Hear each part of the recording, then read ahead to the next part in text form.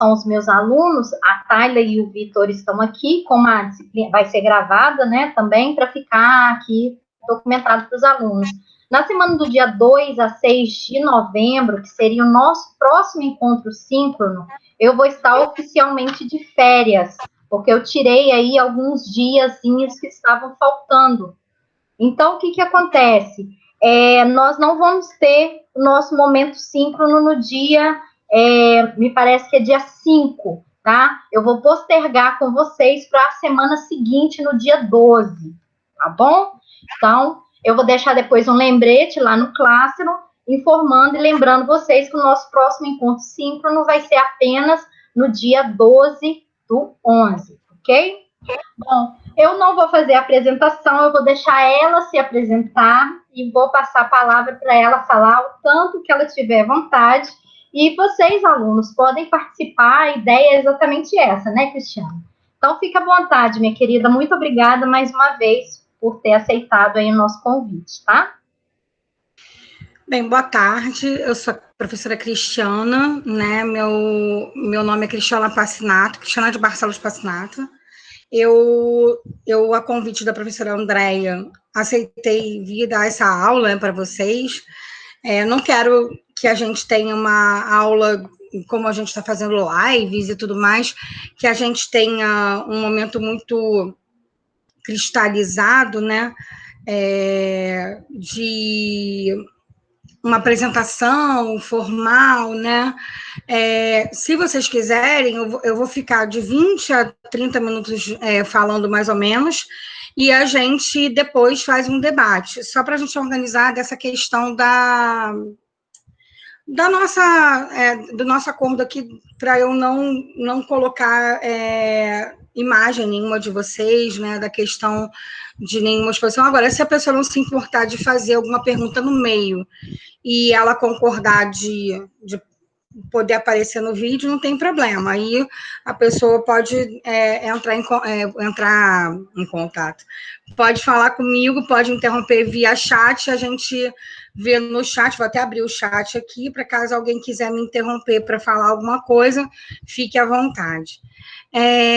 Eu estou entendendo aqui que a maioria daqui dos alunos são aspirantes a professores, né? Então, a gente vê que o nosso público é de pessoas que ou já estão imersos na situação de estágio, né? E alunos também de disciplinas da área de licenciatura em Química.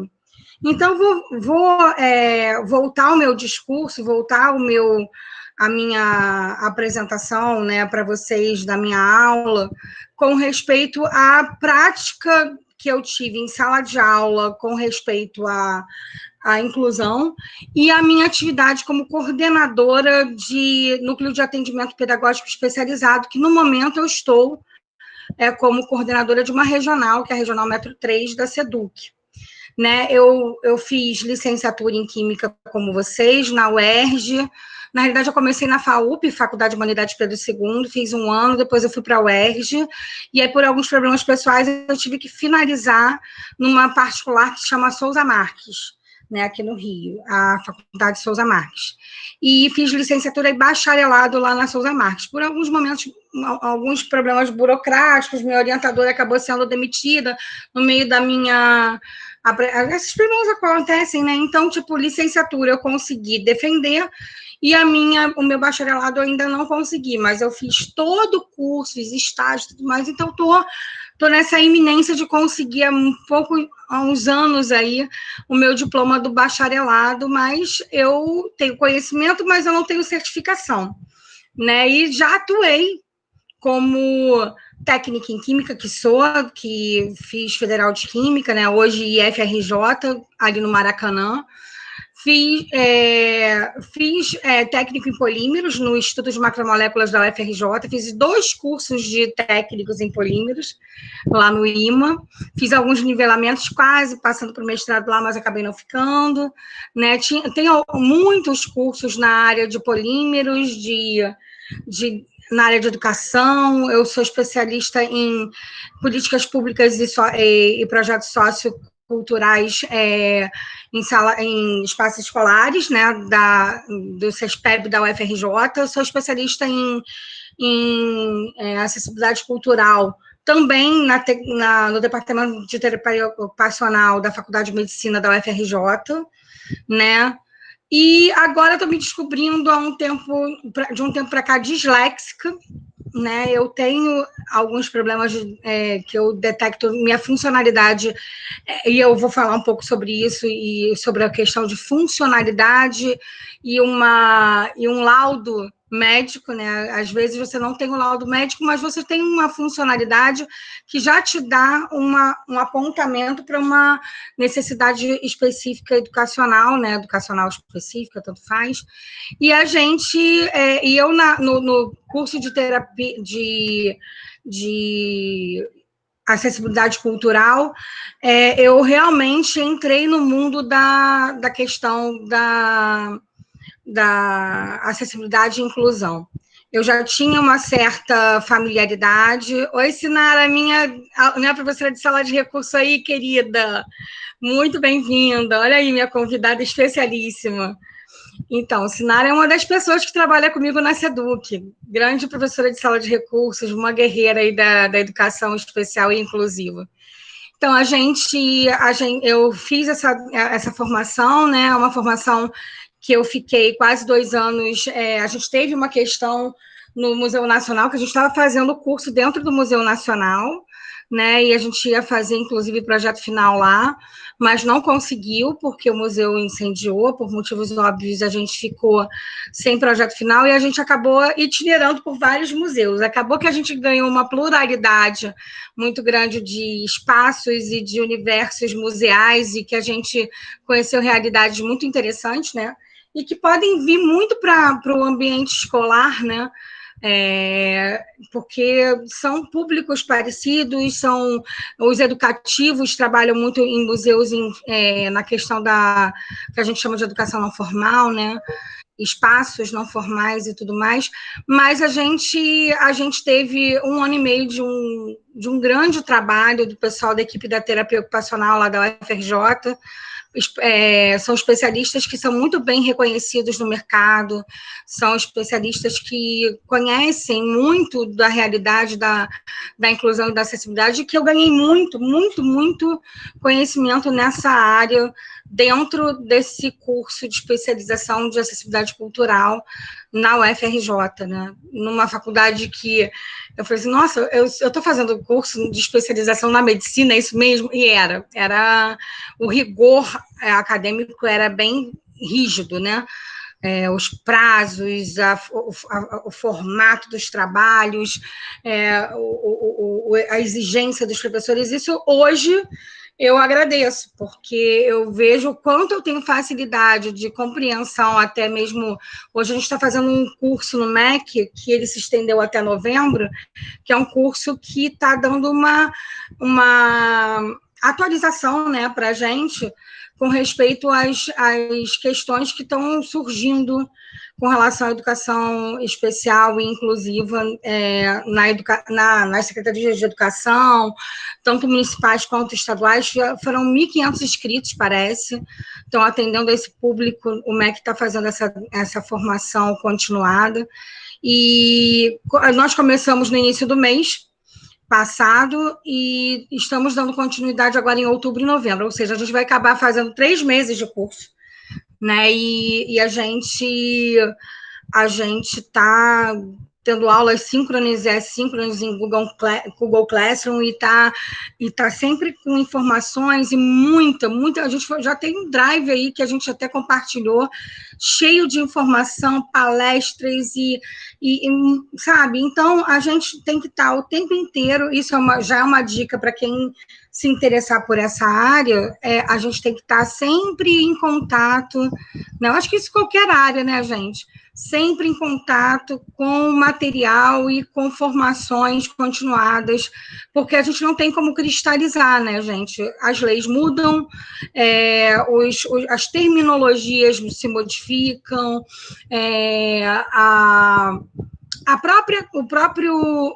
o olhar, né, é muito diferente. Inclusive, eu vou falar um pouco, chegando ao final, eu vou falar um pouco desse decreto que né, semana passada vieram a publicar, né?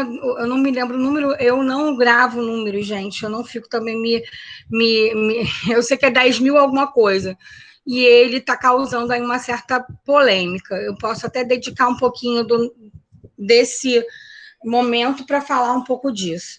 Bem, alguns pontos iniciais que eu acho interessantes eu queria primeiro saber se está todo mundo me ouvindo, está me vendo, estão todos de câmera fechada, mas eu queria só se vocês botassem no chat se está tudo ok, está tudo sendo... vocês estão conseguindo receber o que eu estou falando. Então, quando a gente trabalha com educação inclusiva, especial na perspectiva inclusiva, a gente trabalha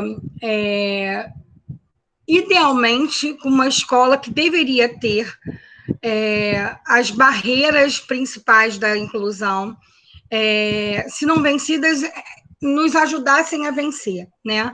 As barreiras atitudinal, né, que a gente vence o tempo inteiro com sensibilização de professores, diálogo, trocas, a comunicacional, que a gente fala com as pessoas o tempo inteiro, com a equipe pedagógica, com os professores regentes e tudo mais. A barreira, né,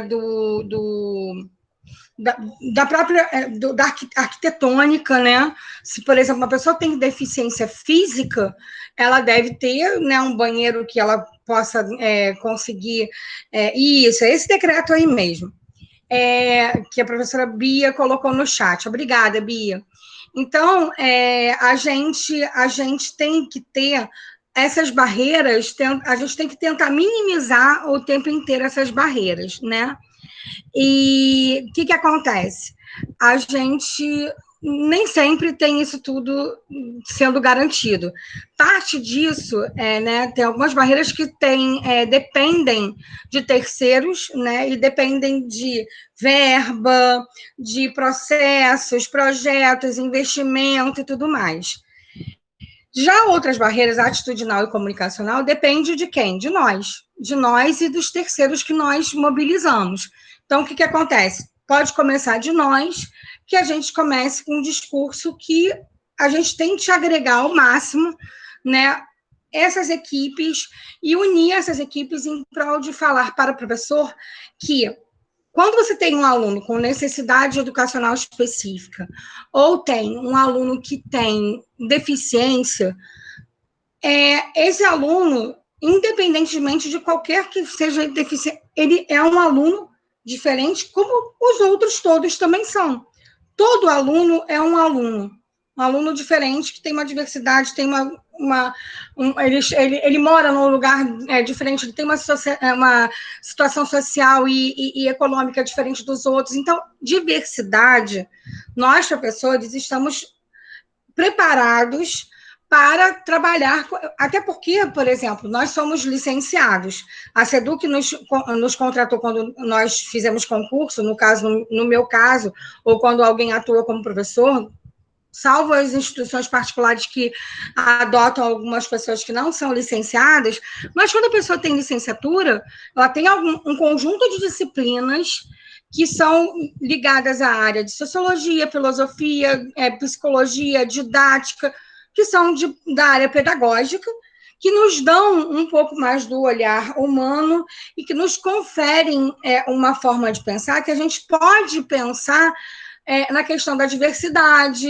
na questão de detecção de alguma questão que acontece diferente do contexto normativo, né? Que você olha, um aluno, né, no geral, e ele se destaca por alguma questão, né? Então, o que acontece? Você quer falar alguma coisa, Andréia? Ah, tá. Aí, o que acontece? Essas pessoas, a gente detecta, a gente vê que já tem, no campo da sala de aula, o professor vai chegar, vai passar para o coordenador pedagógico, olha, eu desconfio que esse aluno tem alguma característica diferente, ele tem um desenvolvimento um pouco mais lento, tem um tempo diferente para poder fazer determinadas ações, determinados exercícios, não me entrega, porque tem alguma coisa... A gente sente, às vezes, em sala de aula, quando o aluno tem uma característica um pouco diferente, ou então tem, né, mesmo que não tenha laudo, é o que a gente chama de funcionalidade. Se o professor não aponta e mandam para a gente algum laudo, que é da parte médica, o laudo, ele trabalha com CID, né? Trabalha com a parte das doenças, da parte médica, do tratamento medicamentoso. E aí a gente recebe algum laudo, esse laudo vai dar conta da parte do CID, da doença, da patologia, mas a parte pedagógica está ligada a essa comunicação. Quando o professor está ali ou detecta alguma coisa e assinala para o orientador pedagógico fala com a direção, então chamam o pai e a mãe, conversam com a família, aí a gente sabe que esse processo na educação pública, nas secretarias de educação e tudo mais, é muito complicado. E aí, o que acontece? Às vezes, na matrícula, tem chegado para a gente, chega muito os laudos e as autodeclarações e tudo mais. Na sala de recursos, por exemplo, quando tem uma sala de recursos na nossa unidade escolar, por exemplo, o que é uma sala de recursos? É uma sala que tem alguns recursos que a escola recebe uma verba e ela adquire, às vezes tem projetos e alguma iniciativa de governo, ou federal, ou estadual, que eles recebem alguma verba, ou então recursos, e monta-se um espaço, né? Deveria, né, Sinara? Deveria ser um espaço adequado, deveria ser um espaço que...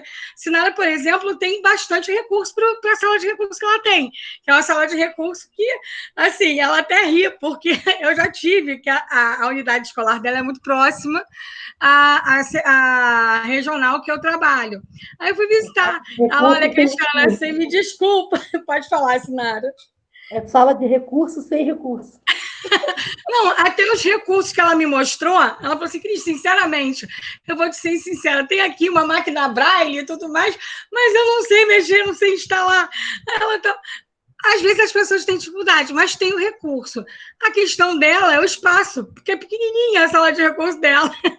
E aí, para ela colocar um cadeirante, é aquele problema. E ela vai lá e se vira nos 30.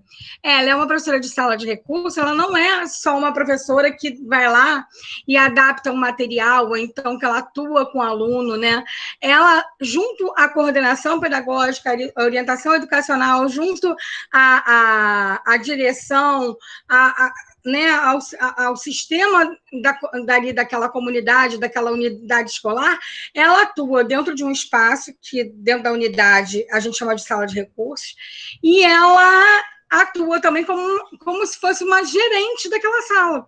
Então, ela me passa as orientações, ela me passa os dados da sala de recursos, a gente, mensalmente ou semestralmente, a gente está fazendo levantamentos, a Sinara vai lá e assinala da unidade dela, né? Aí a gente tem mais duas. Na nossa regional, que tem 105 escolas, a gente só tem 3 salas de recursos em unidades. E aí a gente está tentando trabalhar aí com a coordenadoria de diversidade e inclusão, com o meu coordenador educacional, se a gente faz, depois que a gente passar a pandemia, né, uma campanha para a gente aumentar o número de salas de recursos nas escolas, porque, mal bem, né, Sinara, funciona, tem uma comunicação com os alunos, porque, assim, ela tem dificuldades, mas imagina as unidades que não têm sala de recursos, não tem um profissional como a Sinara que está lá, que tem uma formação de pedagogia, né? Pode ser que não seja uma educação lá tão específica, mas ela está ali e está assinalando. Ela tem pelo menos 120 horas de alguma formação específica e está ali trabalhando. E ela trabalha bastante bem, porque ela se aproxima muito bem, ela tem essa coisa da barreira ocupacional, quase nada para ela, porque ela se comunica muito bem com a equipe pedagógica, com a direção, ela é uma pessoa de fácil acesso, os alunos têm contato com ela, têm confiança com ela, os pais também. Então, essa comunicação isso já é um grande ganho para a educação inclusiva e a educação especial inclusiva dentro da realidade que a gente está vivendo no sistema de educação especial inclusiva dentro da nossa secretaria. Fala, Sinara, desculpa. Nada, é exatamente isso. Eu acho que o básico, a importância da relação com os pais é fundamental. Eu acho que a escola tem que aproximar os pais, trazer os pais para dentro da escola, porque a gente não sabe a realidade deles. Então, o aluno, às vezes, ele passa uma situação e, na verdade, é outra. E quando você vai lá na casa, quando você conversa com o aluno, que ele se aproxima de você, eu acho que é a parte mais difícil, é a aproximação. Como eu estava te Gente, falando, ela trabalha com aluno com síndrome de Down, tá? exatamente, que são extremamente autista, síndrome de Down, deficiência intelectual. Ela trabalha com a realidade da inclusão. Eu estou trazendo para vocês uma pessoa que é uma pessoa do chão de sala de aula de recurso, que tem que dialogar com o professor regente, às vezes não é fácil. Ela está ali trabalhando, às vezes as dificuldades são assim básicas. Ela fala com o professor, tem professor que ouve, vai lá e faz. Tem professor que fala, não tenho, não vou fazer, porque eu não sou especializado, não ganho tanto a mais. E não é por aí, né? Aí eu falo para a Sinara, às vezes, coloca ele no lugar do pai, tenta gerar empatia. Como? Amigo, além de ser lei, deixa eu falar para você uma coisa, se fosse seu filho, você ia gostar que fizesse isso? Excluísse ele porque você não é pago? Ou então, porque o professor não é pago, porque ele não tem especialização? Tudo bem, é cruel, porque a gente tem muita coisa para fazer. Eu saí de sala de aula há pouco tempo atrás. Eu tinha autistas e tinha pessoas com retardo mental, tinha pessoas com deficiência cognitiva, tinha problemas diversos na minha sala de aula. Eu detectava, eu não podia agir como sala de recurso, não tinha sala de recurso na escola, eu trabalhava no período noturno, e eu adaptava, usava o meu material. Eu acho que isso é certo? Não. Eu, como professora, coordenadora de NAPES, eu acho que a gente tem que lutar pelos recursos e por exemplo, a professora de sala de recursos, coordenador de NAPES, a gente tem um reconhecimento salarial. Agora, o professor de sala de aula, assim, ele tem que trabalhar na perspectiva inclusiva. Como é que é essa perspectiva inclusiva? Pensar no material e nas aulas de forma mais abrangente, que seja para todos.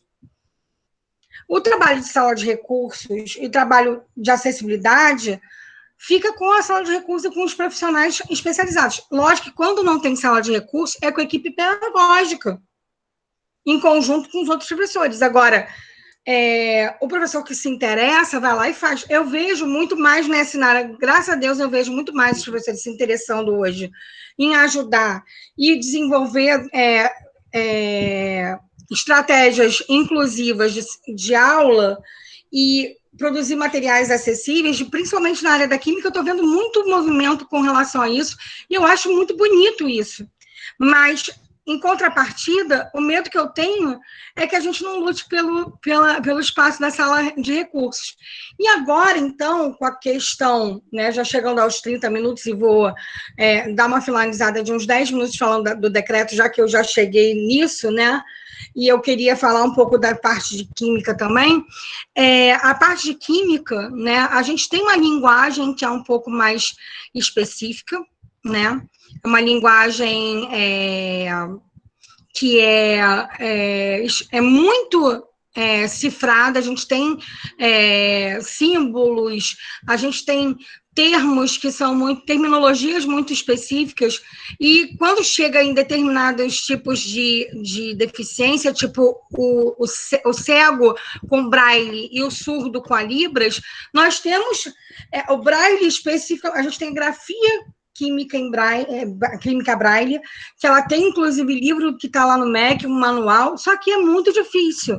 Eu promovi uma live com a professora Daniela Meyer, do Colégio Pedro II, ela deu um aulão, né? Mas quem disse que a gente pega fácil? Não pega. Já falei para ela, a gente vai promover um mini curso junto com a extensão da UFRJ, e a gente vai conversar para ela fazer um mini curso passo a passo. Ela e o Aires, do Instituto Benjamin Constant, Aires Silva, uma pessoa maravilhosa, que é um amigo querido.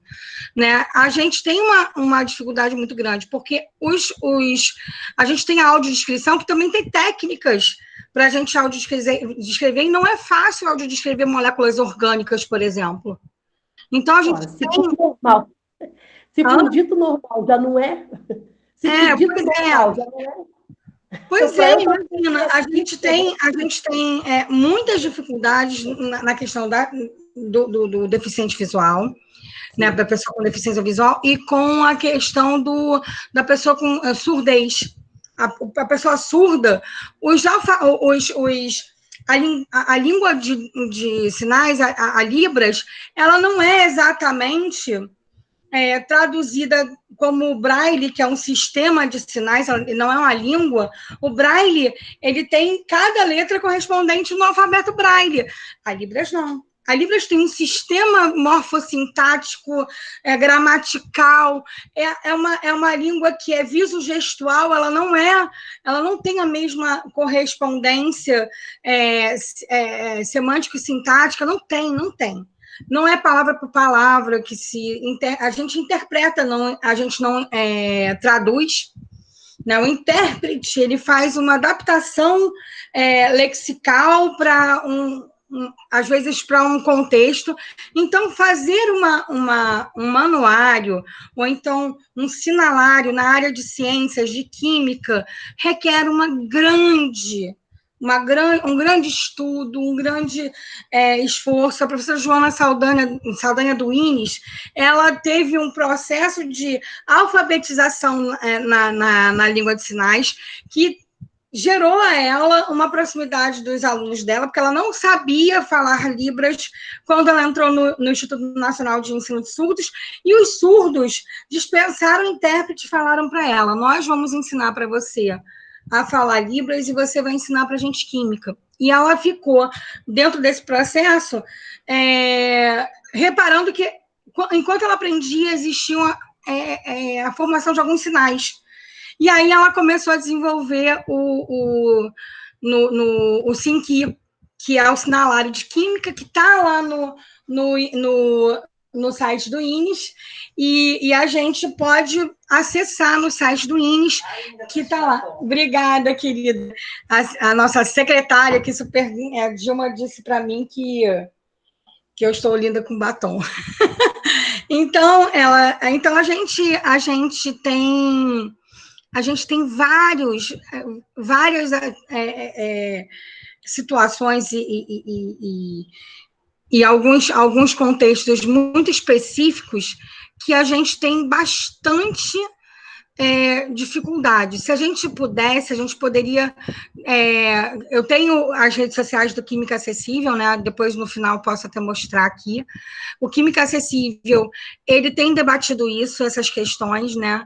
E a gente pode dialogar mais para frente. Agora, quanto à questão do decreto, né?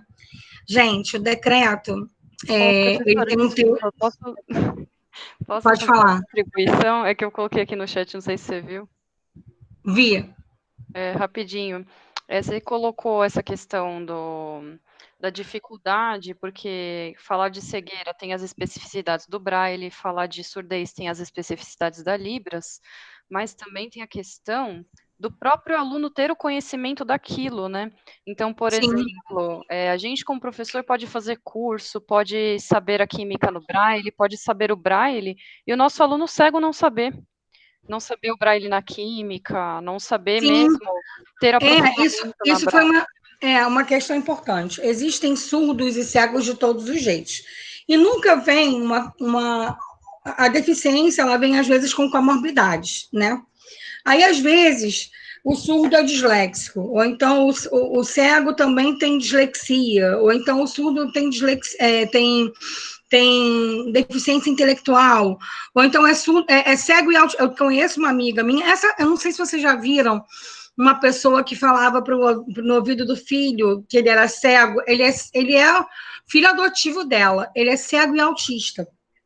ela falava no ouvido nos jogos da seleção do Palmeiras. Ela é palmeirense. A Prim Greco, ela é palmeirense. Eu conheci a Prim em São Paulo em alguns eventos católicos de um determinado líder católico, que ela é muito amiga, inclusive ele é político e tudo mais, a gente se aproximou um pouco, e eu fiquei muito ligada à questão do filho dela, né? E aí eu sempre me impressionei muito com o tato dela com relação à questão dele, né? Mas, às vezes, eu acho que o assistencialismo ou como é que se diz? O maternalismo, o paternalismo, às vezes prejudica um pouco o desenvolvimento da pessoa. E ela na realidade, ela é muito carinhosa, mas ela dá ela tenta gerar autossuficiência no filho dela, né? E aí a gente vê que tem tem toda uma questão que nem sempre a deficiência ela vem sozinha, e se fosse só isso, né? Aí, por exemplo, tem surdo que sabe falar Libras, tem surdo que não sabe falar Libras, tem surdo que é sinalizante, tem surdo que é oralizado e tudo mais. Tem cego que é muito auditivo, é muito né, de ouvir, ele pega fácil de ouvir, e tem cego que ele gosta muito mais do tato, né, do mundo tátil, né, e se adapta melhor a materiais táteis, ao braille e tudo mais. E tem uns que nem sabem braille, né, eles usam o alto relevo, mas não sabem braille.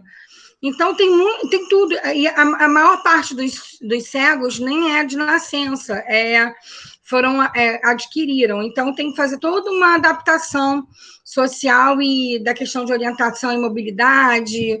Então, tem essas questões todas que surgem, né? E a gente, enquanto professor, para a gente trabalhar, a gente tem que saber primeiro os papéis que a gente tem que assumir, até onde a gente pode ir e como pedir ajuda. Como pedir ajuda e a quem pedir ajuda. Né? Se você tiver uma sala de recursos na sua escola, você tem que pedir auxílio a essa sala de recursos. Se você não tem, ir a coordenação pedagógica. Né? Enquanto professor, o que você tem que fazer? Você tem que fazer, quando você detecta que tem alguém assim, fora da caixinha, né, da normalidade, você tem que ver se você faz atividades o mais inclusivas possível. Né? A gente faz o quê? A gente tenta fazer resumos com uma linguagem mais facilitada, e aí a gente usa o design universal. O que é o desenho universal? O desenho universal é fazer atividades, materiais, apresentações, no mais que a gente puder, atingindo ao máximo que a gente pode do público mais diverso possível. Ou seja, se a gente tivesse um de cada deficiência dentro de sala de aula, eu pudesse atingir a todos.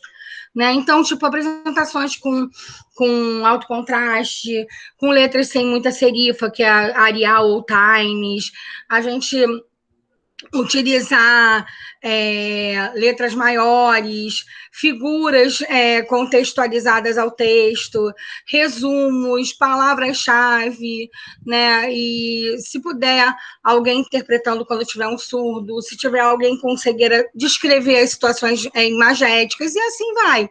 Falar de frente para o aluno surdo, que às vezes ele pode se usar, né, desse artifício para poder entender melhor, sendo que a leitura de lábios ela ajuda, mas não é o único recurso que o surdo usa, né? Tentar, por exemplo, se tem algum surdo, ou então aluno com baixa visão, ou algum albino, enfim, que não enxergue direito ao quadro, mande o material por escrito, por e-mail, para ele aumentar a letra e acompanhar a sua aula, ou então em PDF, ou então você, se estiver numa escola, acordar com a direção ou com a sala de recursos para ver se imprime. A gente está fazendo isso no Estado, imprimindo apostila, entregando às famílias. É dificultoso, mas a gente está fazendo, né? Na medida do possível, quando a família consegue se comunicar com a gente faz, né? Então, e tem uma conferência árdua com a gente o tempo inteiro se a gente está realmente cumprindo com isso, né? Porque o Ministério Público não brinca, né? Tem denúncia, eles vão em cima da secretaria. E é por aí. E voltando à questão para o decreto, eu estou preocupada com esse decreto, para falar com vocês sobre o decreto, há muita polêmica em cima dele, principalmente porque ele divide a escola, né, a escola em 3 tipos de escola. E aí ele volta um pouco para a questão das classes especiais, para a escola bilíngue, escola especial, e a escola regular. Então, há um certo segregacionismo e o que a gente chama de retrocesso por conta do que a gente lutou, né? Tem até uma palestra da professora Maria Tereza Egler Mantuan, da Unicamp, que ela foi uma das pessoas no MEC, na época no MEC, trabalharam para a questão da educação educação especial na perspectiva inclusiva ser vigente e ser colocada, inclusive, na LBI e tudo mais. Então, tem todo um trabalho dela para questão disso. Então, ela está um pouco engasgada com o decreto e ela fez uma apresentação, se não me engano, quinta ou sexta passada. Vocês podem até recorrer a mim para poder mandar o link para vocês, mas a Mantuan falou, né, a professora Maria Tereza falou, sobre a questão do retrocesso no sentido de que tudo que a gente batalhou para poder colocar vigente e conseguir de avanços para as questões dos alunos, até mesmo da questão sociointerativa, para o aluno ser tratado de uma forma, né, não é que ele seja igual, mas de forma equiparativa, tipo, ele tem acesso por conta da acessibilidade que é conferida a ele, dentro da funcionalidade dele, mas ele é tratado numa perspectiva igual por todos, né? No caso, os recursos são para todos, dentro da desigualdade de condições que eles têm de cada funcionalidade que cada pessoa apresenta. Por exemplo, se o aluno precisa de determinados recursos acessíveis, a sala de recurso, ou então a equipe pedagógica vai tentar suprir, dando recursos acessíveis para eles, aí eles vão ter acesso ao conteúdo programático. Mas as atitudes do professor têm que ser iguais para todos, no sentido de igualar o discurso dentro do que eu estava falando, a gente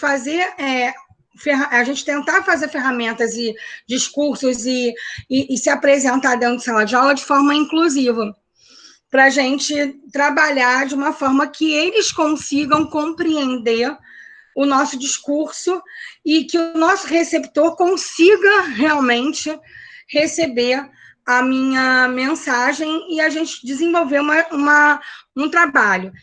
Dentro dessa perspectiva de sala de aula, eles poderem socio-interativamente, né, dentro de sala de aula, ele permanecer junto com os outros colegas que têm outras questões ou que eles não têm deficiência, para as habilidades e potencialidades de cada um possam ser utilizadas e trabalhadas.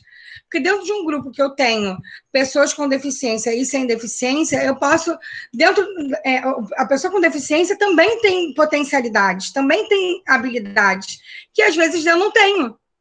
O cego tem muita percepção auditiva, ou então eles têm um tato melhor dentro de uma determinada, de um trabalho em grupo, por exemplo, de uma dinâmica em grupo, por exemplo, ele pode se pronunciar mais para um determinado tipo de atividade que tenha que ser ligado a isso. O professor deve promover atividades que venham a estimular essas potencialidades desses alunos para que haja uma troca entre os alunos que também não têm deficiência, que podem ter outras potencialidades que vão complementar aquele aluno.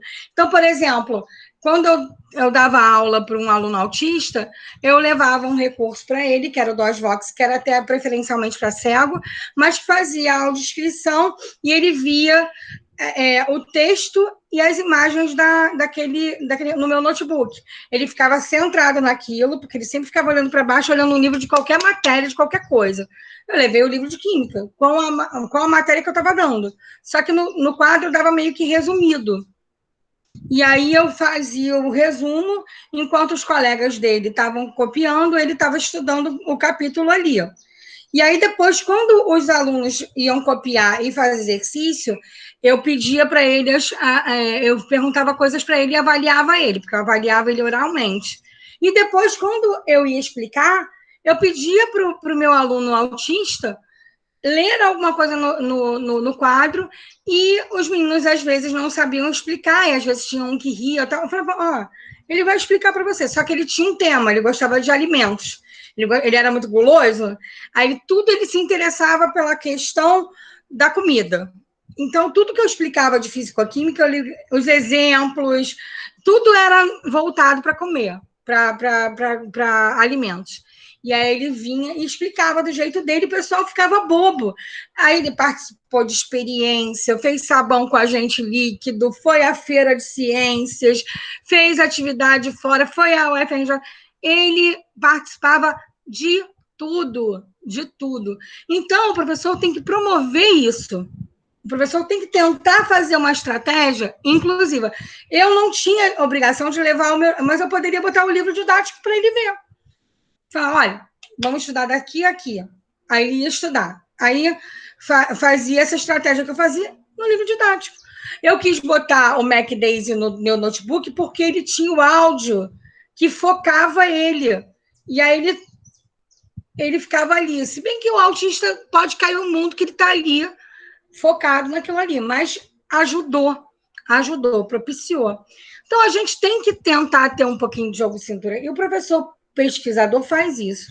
Quanto ao decreto, voltando ao decreto, quando você lê o decreto, você vai ver várias definições, e ele fala que está fazendo definições dessas escolas que eles falam, que eles estão definindo, e a perspectiva que eles estão dando é uma perspectiva que veio lá dos anos 70, 80, né? E a gente está meio que tentando reverter esse quadro, porque pode ser que a gente tenha uma leitura desse decreto errônea, e a gente tenha, por exemplo,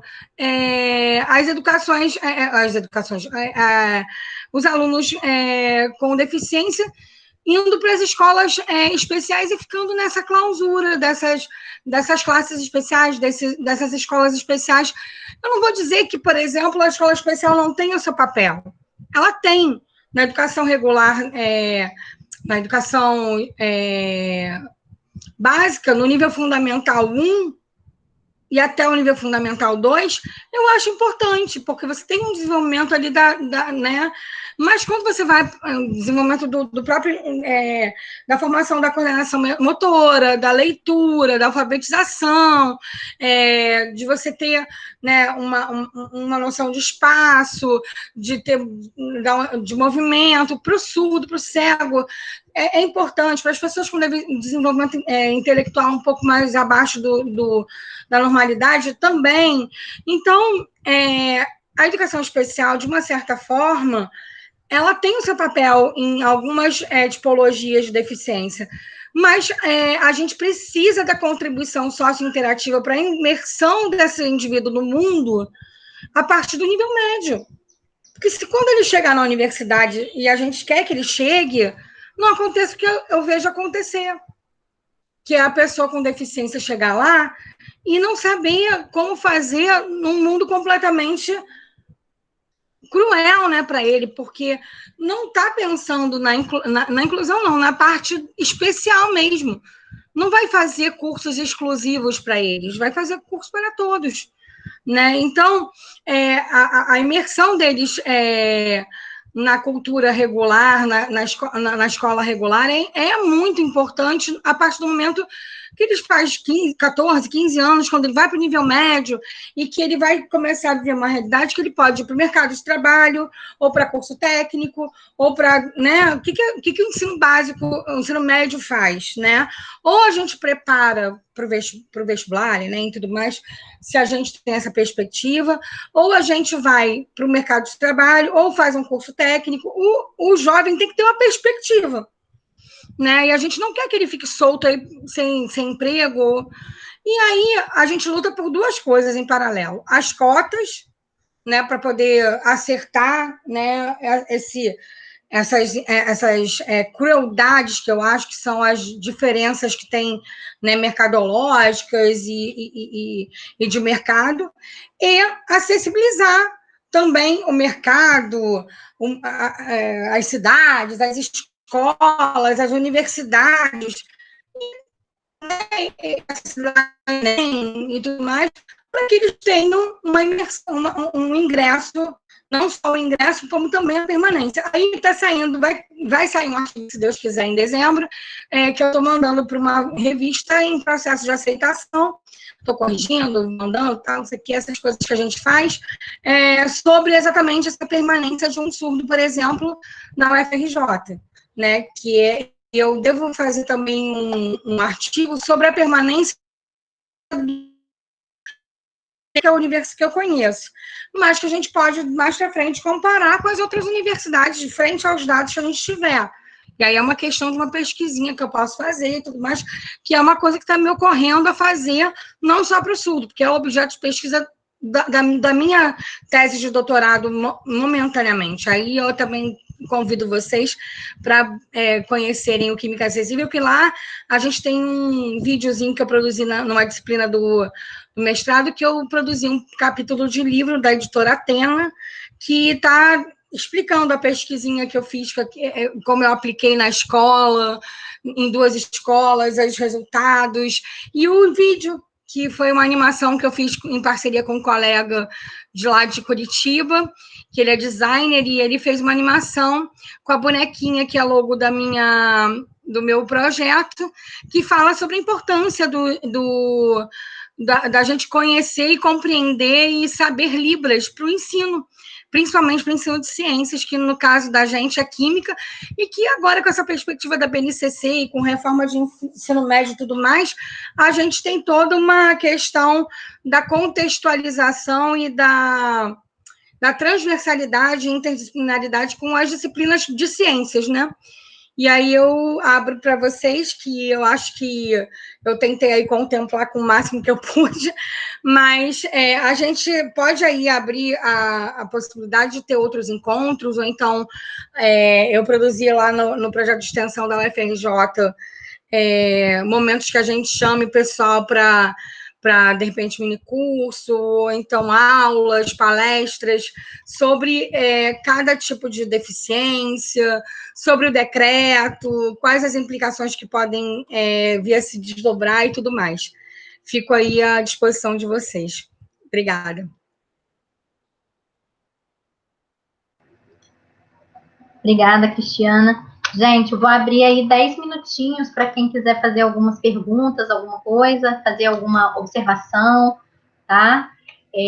Nossa, foi muito boa a sua fala, as suas considerações. Porque, vamos agradecer a Sinara também com as contribuições dela, porque ela vive a realidade.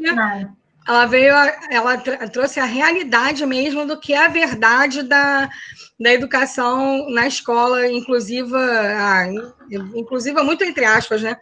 Educação especial inclusiva, porque na realidade os enfrentamentos e barreiras são muito maiores, viu? A gente tem muitos, né? E a gente sabe o que a gente passa e a gente se vira nos 30 para poder fazer o mínimo para que eles tenham dignidade dentro de sala de aula.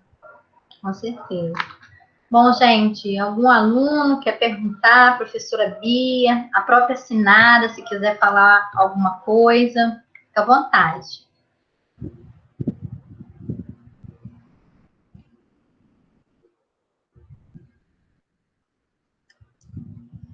Pessoal quietinho, tá todo mundo tímido. Não, eu estava com fome. Sim, pode falar. Agora entrou. Para quantos alunos você tem na sua unidade e, assim, quantos deles, mais ou menos, são casos de educação inclusiva, especial? Só para ter uma ideia, assim, de como é que é na escola mesmo. Então, na minha regional são 105 escolas. Eu já tive salas de aulas com 40, 50 alunos. Eu vou te dar um exemplo da escola que eu trabalhei, na Escola Bahia, que no meu primeiro ano, eu entrei na escola, dei aula para uma turma de primeiro ano, já tinha uma surda com um intérprete, uma cadeirante e um cego, na mesma turma de primeiro ano, de 40 alunos. E aí, o que acontece? Na unidade escolar, geralmente, tem um número realmente um pouco mais reduzido de alunos com deficiência que são atendidos pela equipe pedagógica ou pela sala de recursos perante a unidade escolar. Né? Mas tem escolas que têm de 10 a 15 alunos com necessidades especiais ou deficiência sem sala de recursos. Porque a obrigatoriedade de um profissional que tenha pelo menos 120 horas de formação específica é uma normativa por lei, né? Então, a gente não pode a gente não pode fazer sala de recursos se a gente não tiver uma condição de uma sala que tenha, né, as especificidades e espaço, como a Sinara falou, a sala de recursos que ela tem não poderia ser sala de recursos aquele espaço, mas o espaço é o de menos. Tendo a sala de recursos funcionando, você pode arrumar um espaço qualquer, colocar. O espaço dela, por exemplo, pelo menos é no térreo. E é bem equipadinho. Ela tem assim, tem equipamentos obsoletos ali, mas tem coisas que dá para você trabalhar, entendeu? E aí, o que acontece? Se você não tendo profissional de sala de recursos, fica muito difícil você atender o aluno em paralelo, né? O professor não tem tempo para poder trabalhar em paralelo com aquele aluno. O professor mal tem tempo de fazer as coisas que ele já está, né, proposto a fazer. Então, é muito difícil o trabalho. Então, tipo, são poucos alunos com deficiência. Às vezes, a unidade escolar tem 1, 2, ou então tem, sei lá, 5, mas tem unidades que tem 15, 20. São unidades grandes que tem 3 turnos e tudo mais. E aí, quando você vê, fala assim, meu Deus, eu não imaginava que existisse essas coisas na rede, né? E a gente tem casas muito piores, mais para o interior, então a coisa piora ainda mais ainda, entendeu? Então a gente tem muita dificuldade dos recursos, de espaço, de sensibilização de alguns professores. Os professores estão muito estafados, não só no PLE, tá? Já estavam, né, já tem muito tempo. E tem aquela coisa, além da resistência, além disso tudo, a gente tem a dificuldade com as famílias, né? A gente tem um diálogo com a família, às vezes tem um diálogo bom, mas a própria conscientização dos pais é complicada, porque muitos têm medo de levar um laudo porque o filho pode ser discriminado, muitos têm medo porque, de repente, pode ser que eles tenham que ficar tendo muito trabalho, não tem como ficar se mobilizando, tem que trabalhar, né? Então, tipo, tem várias questões que dificultam o nosso trabalho na educação especial dentro da escola regular, mas ela acontece. O desenvolvimento do aluno acontece assim a olhos vistos. A gente vê um aluno de educação especial, um aluno de educação regular, quando você vê perante o mundo, você vê que eles têm outro olhar para o mundo, eles têm outra independência, autonomia.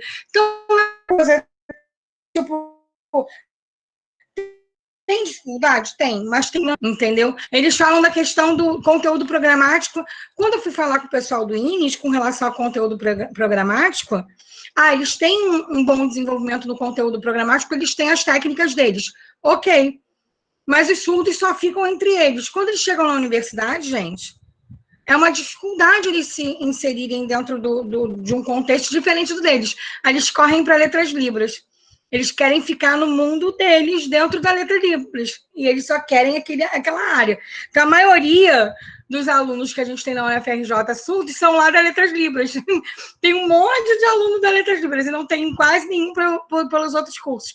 Por quê? Porque eles querem se inserir no mundo deles, né? na realidade deles, que eles viveram a vida inteira na escola especial.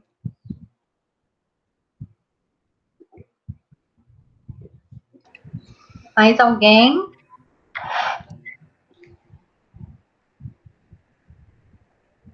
Sinara, você é um orgulho para mim, Sinara.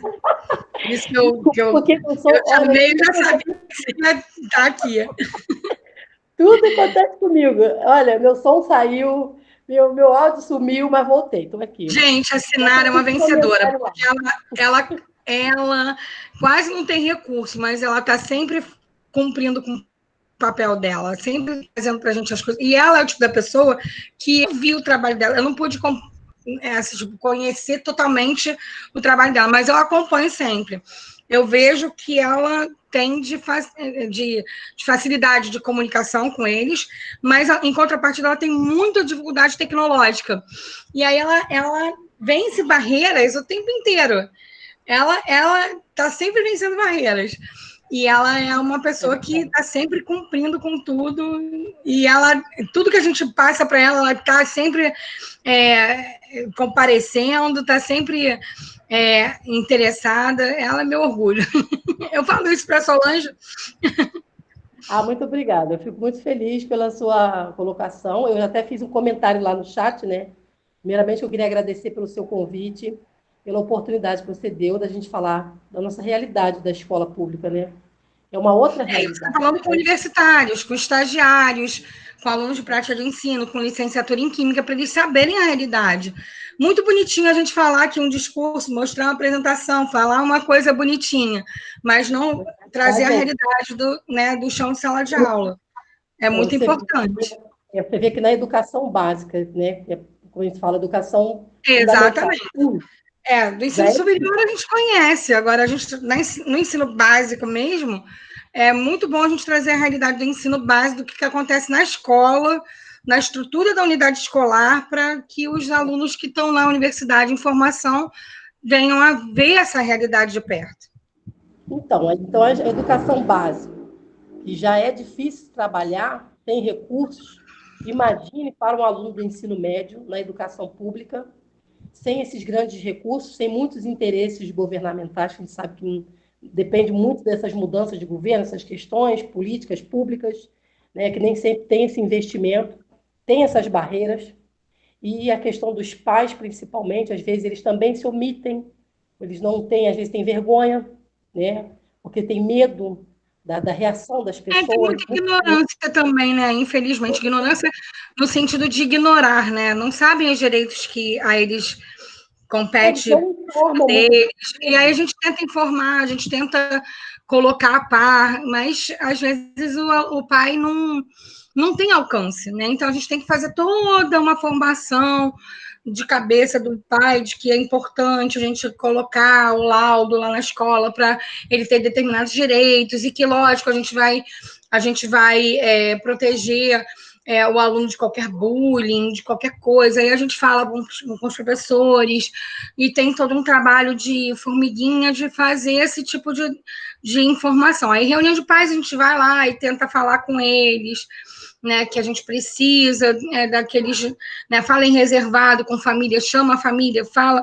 É desgastante? Sim, mas às vezes o resultado de um aluno que traz para a gente as informações e a gente avalia e leva uma orientação para a equipe educacional, né, para a equipe pedagógica, para o pessoal da regência daquele aluno, é uma outra, tem todo um resultado que vem à frente, que o aluno se sente aceito, se sente visto, se sente acolhido, né? Eu vejo pelo carinho que os alunos que a Sinara atende, eu vi quando fui lá na visita que eu fiz, né, no iniciozinho da minha gestão, eu fui lá visitar a Sinara. O carinho que eu percebi dos alunos com ela, você vê que ela tem uma química com aqueles alunos. Então, ela tem todo um trabalho de conquista dessa confiança, né? Porque é muito de confiança do pai, da família, do aluno, né? É muito isso. Quando a gente trabalha com esse tipo de público-alvo, com esse alunado, a gente tem que ter essa relação de confiança e conquista deles para a gente poder, tanto deles quanto da família, porque a gente não trabalha só com eles, a gente trabalha com a família também. É muito importante. Muitos deles têm que ser nossos mediadores dentro de casa agora, por exemplo. Né, Sinara? No nosso momento de pandemia, a gente não está podendo trabalhar com eles diretamente. Quem é a nossa ponte? Quem é que faz a mediação das atividades? Os pais, os responsáveis, os cuidadores dentro de casa. Né? Quem está... Existem até alguns alunos que têm aproximação direta. Mas a maioria dos pais mesmo. Sim. A gente não pode nem atender, eles não podem ir na atividade, porque eles são grupo de risco.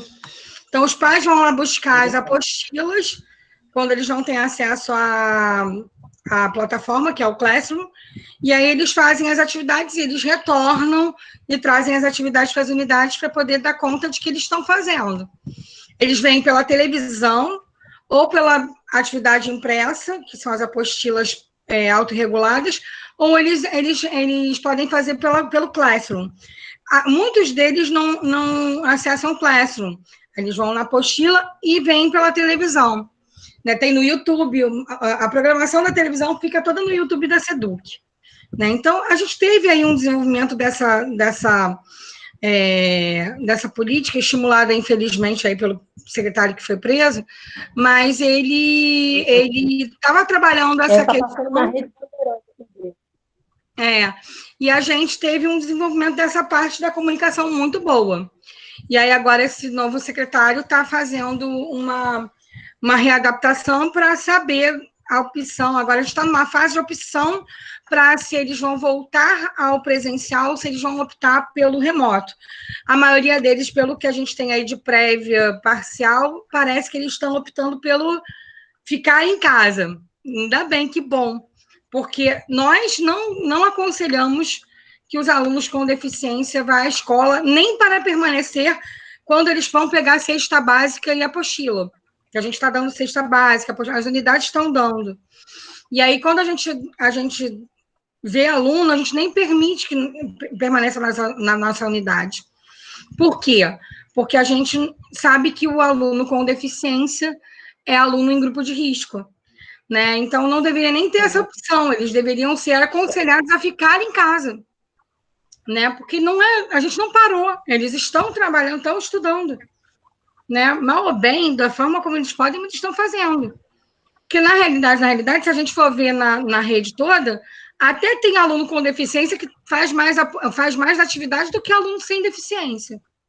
Né, Sinara? Então, tem mais aluno que são muito acompanhados pelos pais, os pais estão ali em cima e tudo mais. Tem aluno que nem entra na plataforma há meses que não tem deficiência. Então, a gente está num processo aí de uma luta. Nesse momento, depois de uma planilha, né? Inclusive, nós temos alunos agora, do terceiro ano, que já estão preocupados com o Enem, por exemplo. Né? Então, eles perguntam, eles entram no nosso WhatsApp para querer saber. Eles devem ter uns que os concluintes que foram chamados, é verdade. Foram os concluintes que foram chamados à opção. E aí eles estão optando mais para ficar em casa mesmo. Gente, o terceiro ano do ensino médio lá e igreja. Nós já estendemos um pouco, né? É verdade. Bom, pode concluir, Cristiane. Vou para vocês. Pode concluir, Cristiane. Pode fechar, Cris. Não, Sinara, você queria falar mais alguma coisa? Não, era para falar dos alunos mesmo, do terceiro ano e do Neja, né, que estão fechando o ciclo. E eles estão preocupados, né, com essa questão do vestibular, do Enem. Eles têm demonstrado interesse. Isso. Principalmente os mais que têm mais um apoio familiar. Né? Então, só isso mesmo. Agora você pode fechar aí. Vou botar meu comentário lá, agradeço, tá? Pela participação. Não, então, porque também é legal a gente falar isso, porque tem muita gente que tem uma impressão que a SEDUC ela larga a mão, né? Não tem recurso nenhum, aí ninguém faz nada.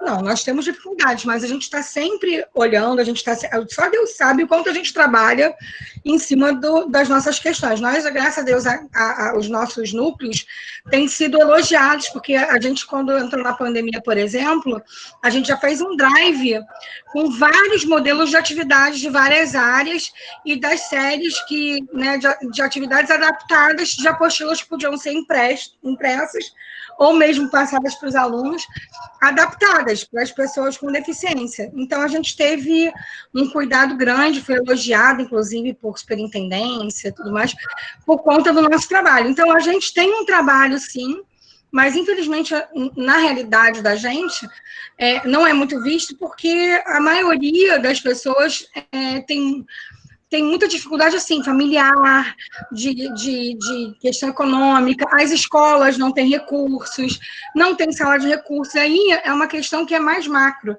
que não envolve a nossa vontade, né, de desenvolver alguma coisa, e aonde a gente pode, a gente faz bastante, graças a Deus.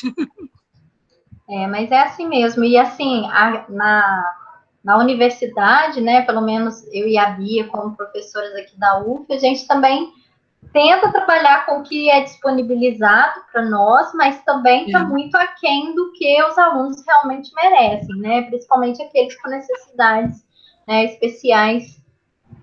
Então, bom, eu quero agradecer muito, muito, muito. Eu acho que foi bastante gratificante. A Sinara veio só para agregar muito. Agradeço também, tá, a sua disponibilidade em vir conversar um pouquinho com a gente. Estou à disposição para tudo. Então, se vocês quiserem, estou aí. Então, assim, a gente finaliza. Então, agradeço os alunos que compareceram. Os 4 alunos da PPE 4, né, que é da disciplina, estão aqui, que é a Tayla, o Victor, o Gabriel e o Rafael. Os demais são das outras disciplinas de estágio, mas que também, né, a gente ficou bem feliz deles terem vindo aqui. Olha, muito prazer, muito obrigada. Gabriel, sua questão foi muito, muito interessante. A gente tem, eu tenho prazer de sempre, aonde vocês quiserem que eu venha falar sobre o assunto, trazer alguém para falar sobre a realidade, a gente desenvolver aí qualquer questão um pouco mais elaborada sobre o ensino de química em específico, né? Pode falar que eu preparo alguma coisa e a gente vem, sem problemas. Com certeza. Melhor do que uma apresentação formal, veio assinar. Com certeza. Eu aconselho os alunos, né, a seguirem você tanto no Facebook quanto no Instagram, lá na Química Acessível, né? Isso, Química então, Acessível. Assim, é o instagram.com/química acessível, tudo junto e com um A só no meio, tá? E aí vocês lá tem o Linktree. O Linktree que está na bio do Instagram tem todos os endereços das redes sociais, do blog, do Facebook, mas é sempre tudo Química Acessível. O YouTube, que está com várias lives também muito legais, inclusive essa que eu falei da química, da grafia química Braille, para lives de material acessível, várias para baixa visão e cegueira. Tem de umas pessoas que falaram sobre Libras e ensino de ciências, né? Tanto o pessoal lá de Minas, da Federal de Viçosa, quanto a Juliana Camille também teve uma ótima live. E semana que vem, dia 13, terça-feira, 20 horas, a professora Ivoni de Freitas, lá da Federal de Juiz de Fora. Uhum. Isso, ela vai conversar com a gente sobre o grupo de pesquisa dela, sobre as pesquisas que ela desenvolveu na área de acessibilidade e inclusão. Ela é uma pessoa maravilhosa, uma pessoa dedicadíssima. Inclusive, Cristiana, nós temos 2 ex-alunos nossos que estão fazendo mestrado com ela, entendeu? Ela é maravilhosa. Ela é muito maravilhosa. Bom, gente, então eu quero agradecer mais uma vez vocês, tá? Muito obrigada, Cristiana, por ter aceitado o meu convite, a Sinara por estar aqui conosco, todos vocês, alunos. Eu acho que esse momento é um momento sempre bom da gente aprender mais, trocar ideias, né? E, Cristiana, eu vou depois mandar para você a apresentação, tá? Aqui a gravação. E aí você eu não vejo necessidade de fazer corte, porque, assim, né, você falou... Não teve. Eu também vi, né? Tá tranquilo. Aí, quando eu disponibilizar no canal, eu mando para você. Tá ótimo, então. Gente, muito obrigada, então. Um grande abraço para vocês. Tá, um beijo. Tchau, amores. Tchau, gente. Tchau, obrigado, queridos. Boa tarde. Muito obrigada, tá, gente? Valeu.